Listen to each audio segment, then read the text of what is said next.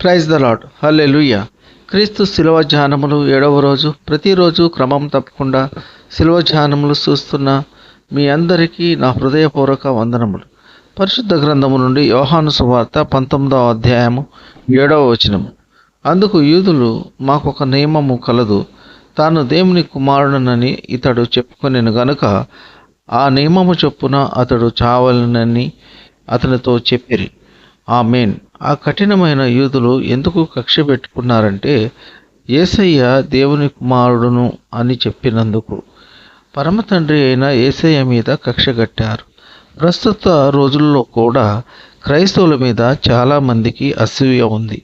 ఉదాహరణకు మణిపూర్లో జరిగిన హింసలు, పలుచోట్ల చర్చిలపైన దాడులు, సువార్త పరిచర్యలు చేసేవారిని హింసించడం, అనేక మంది సువార్థికులు కఠినమైనటువంటి ప్రజల చేతిలో హతసాక్షులు అయినారు.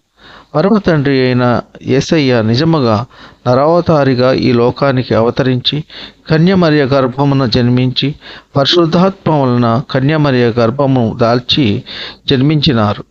మన పాపములను శాపములను తీసి నిత్య జీవమును మనకు అనుగ్రహించినారు. రక్షణ భాగ్యమును అనుగ్రహించినారు. ఆ యేసయ్య శిలువలో బలియాగము చేయటం వలన మనకు పాపము నుండి విడుదల కలిగి ఉన్నది. యేసయ్య మార్గము జీవ మార్గము. చెడిపోయిన మనలను బాగు చేయుటకు ఆయన ఈ లోకానికి వచ్చినారు. నరకము నుండి తప్పించుటకు, పరలోకానికి వారసులుగా మనల్ని చేయుటకు, చెడు మార్గములో నుండి మంచి మార్గములో మనల్ని నడిపించి మన యొక్క జీవితాలను వెలిగించి చీకటిలో ఉన్న బ్రతుకులను వెలుగు మార్గములో నడిపించడానికి యేసయ్య నరావతారిగా ఈ లోకానికి అరుదించారు. ఈ కొద్ది మాటలు దేవుడు దీవించునుగాక. ఆమేన్.